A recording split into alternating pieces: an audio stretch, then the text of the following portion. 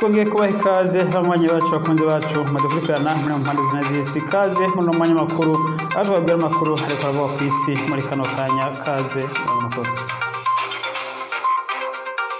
turabaha ikaze kandi twibutsa kugira sabone kugira subscribe kubakoresha ururimi rw'icongereza. Kaze muri ano makuru. Amakuru yacu rero twongeye kuyahere n'ubundi mu Burusiya hagati y'intambara iri kwirahuza Uburusiya n'igihugu ca Ukraine. Intambara neza neza igiye kumara amezi 3 iri kwiraba aho igihugu c'Uburusiya cateye igihugu ca Ukraine muco bise special operation. Intambara rero ikaba igiye kumara amezi 3. Intambara rero uno munsi kuri uyu munsi ikaba yibanze mu gace ka Donbas region aho ariko harabera ibikorwa vy'intambara ikomeye cane gose mu duce neza na neza twa Luhansk na Donetsk mu burengerazuba bwa tuno duce niho hariko harabera intambara zikomeye, mu gihe mu ntara ya Mariupol yo bisa nuko vyacureshe aho abagwanyi bari muri kiyahandake ya Azovstal Steel Plant basa n'abananiwe burundu, aho igisirikare c'Uburusiya kivuga ko kigenzura igice cino handake ndetse abasigayeyo bo batanguye kwishikana mu gihe atabigwanisho bagifise bisa n'ivyabaheranye. Abandi rero ababonetse amasanamu yabonetse ava muri kino gice ca Azovstal Steel Nuclear Power Plant iboneka abasirikare b'abanya-Ukraine bihebuye cane gose, abandi bakomeretse ndetse abandi bamaze bafise bacitse ibihimba vy'umubiri. Amasanamu ava muri kino kinogo n'amasanamu ateye ubwoba atari kurabwa n'umuntu afise impuhwe. Aya masanamu rero yagaragajwe n'abasirikare basanzwe bariyo berekana uko bamerewe, bamwe barapfiriyeyo abandi bari bazima nta bigwanisho bagifise. Rero Uburusiya bukaba buriko burakora ibikorwa vya nyuma vyo kuvanayo abasirikare bose bari muri kino kinogo.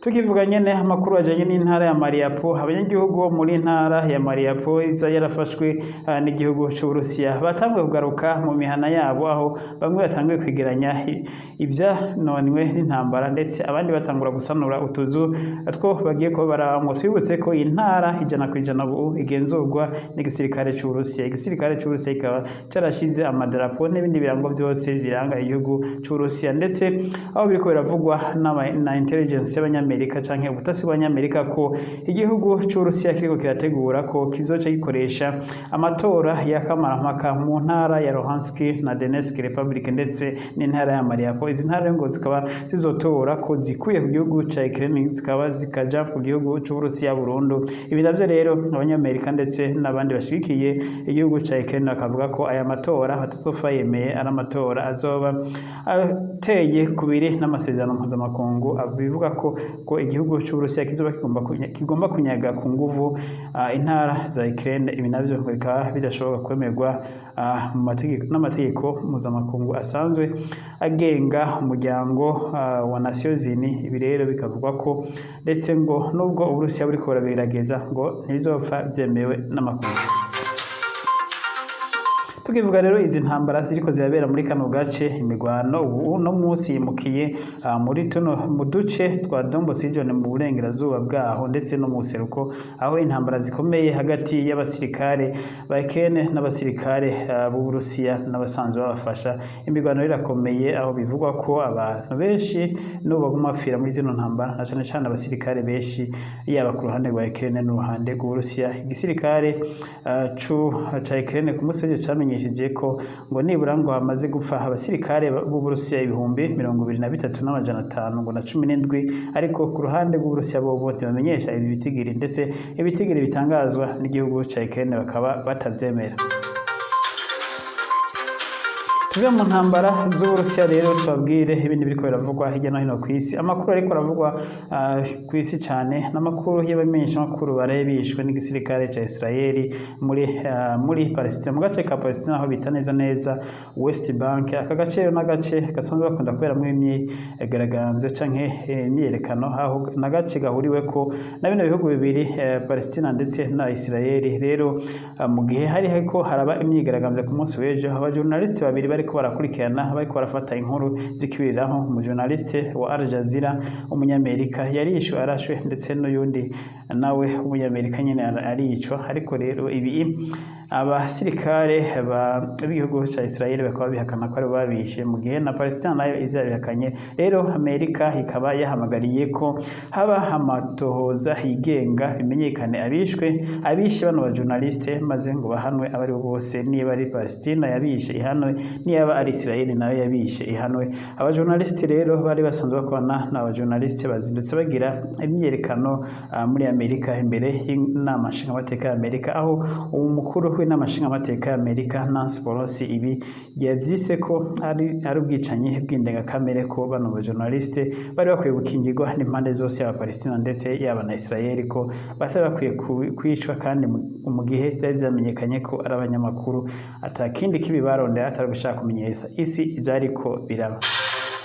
Ibirongo biriko biraba mu gihe perezida wa Amerika ateganya gusimbira muri Israel kuvugana n'abategetsi ba Israel ngo muri indwi. Ibi rero ngo bikaba byatumye ngo ubwendo wa perezida wa Amerika ngo rushobora guhagarara ngo kuko atinya ibibazo hazobazwa n'abajournaliste niyagerayo ko kubera bano banyamakuru bapfuye ngo rero ariko White House ntiyamenyesha ko n'urugendo ruzohagarara ngo kuko ruri kuri calendrier de Amerika ko ku munsi wa gatandatu perezida Joe Biden azogenda muri Israel, ariko ngo bishobora guhinduka agasivya runo rugendo mu kwirinda ibibazo bikomeye azobazwa n'abamenyesha makuru, ko ngo bishobora kuba bizogaragara ko Amerika ishigikiye ubwo bwicanyi bw'umujournaliste w'umunyamerika mu gihe perezida wa Amerika yogenda ku munsi wa gatandatu nk'uko byari bitegekanijwe.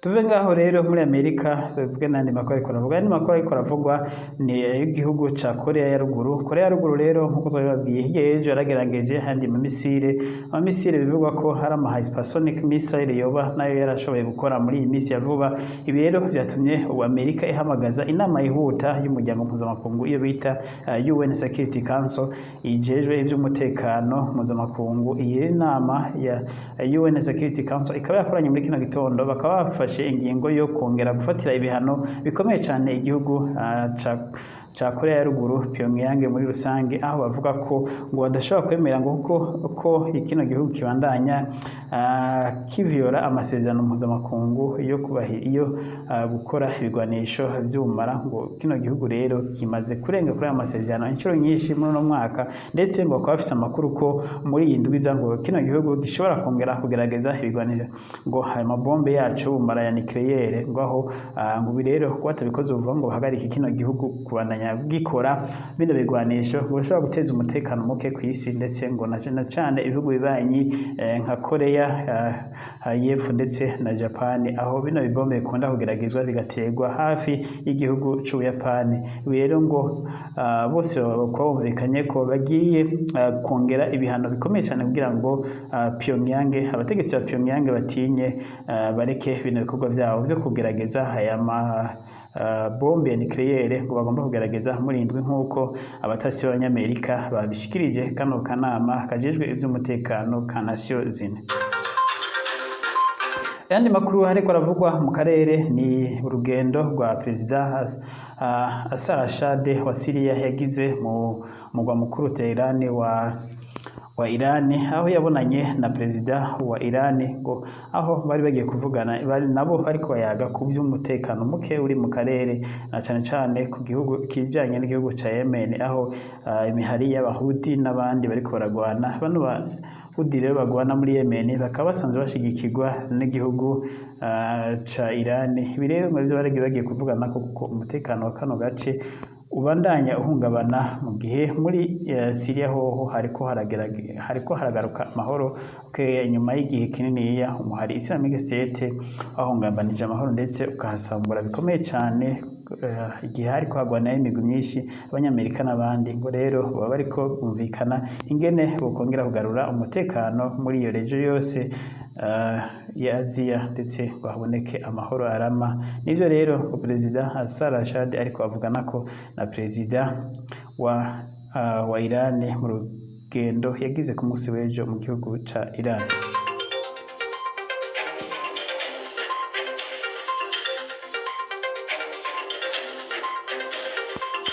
Ayandi makuru rero ariko aravugwa muri kano kana ashushe cyane n'amakuru ajanye n'umuryango wa NATO, aho igihugu ca Finland kiza kimaze kwitegura gutangaza umwanya wari wose uhereye ubu atari no munsi hashobora ngo kuba ejo, aho igihugu ca Finland kizotangaza kwinjira burundu mu muryango wa NATO. Ibiro navyo bikaba bishobora gukwega izindi njyane zikomeye cyane mu gihe Uburusiya bwamenyesheje ko budagomba ko kino gihugu cinjira muri umuryango wa NATO. Igihugu rero ca Finland kikaba neza neza gihana urubibe n'igihugu c'Uburusiya, kikaba uva mu Burusiya winjira muri Finland ndetse n'umupaka wundi uciye ko ushobora kwibaza ndetse ko ukiri mu Burusiya ariko ukaba uri kuratembera ku butaka bwa Finland. Ibi rero bikaba bivugwa ko Finland ikaba nimara kwemererwa kwinjira muri kino gihugu muri no mugwi nako gutabarana wa NATO ngo bishobora kwega izindi njyane zikomeye cyane gose mu muryango wa NATO, uko Uburusiya bwari bwaramenyesheje inshuro nyinshi cyane gose ko budakeneye ko Finland na Sweden ndetse yinjira muri NATO. Sweden nayo ikaba biteganije ko ngo ushobora kusaba kwinjira muri NATO mu mpera z'indwi, mu gihe nayo nyene yagabishijwe n'Uburusiya. Finland rero neza niyo neza perezida wa Finland Sauli Niinisto akaba yamenyesheje ko mu kiganiro yagiranye n'abamenyeshamakuru ko agiye kuvugana n'ababijejwe ko ari ejo canke hirya y'ejo bashobora gutangaza neza ubusabe bwo kwinjira muri NATO. Ni mu gihe bari bamaze iminsi abasirikare ba Finland bagirana imyimenyerezo myinshi n'igisirikare ca NATO. Ubu rero itangazo igihuta ritezwe ryo gutangaza ko Finland yinjiye muri NATO, isavye kwinjira muri NATO nako, kandi NATO ikaba yaremeye ko igihe Finland yosaba ko NATO ihita iyemerera kwinjira. Abategetsi bose mu nama izokurikira ya NATO ko bazoca bemerera iki gihugu ca Finland kwinjira muri uwo muryango wa NATO gutabarana. Finland rero ninjira Uburusiya ikintu ca mbere bwamenyesheje ngo nuko buzoca buhita bwegereza amabombe ya nucleaire ku mbibe bihana ku rubibe nyene, aho bizoca ngo nako muratunga. Uburusiya bukaba bwamenyesheje ko buzoca bushira amasitasiyo y'amabombe nucleaire ku aho bihana urubibe na kino gihugu ca NATO, ndetse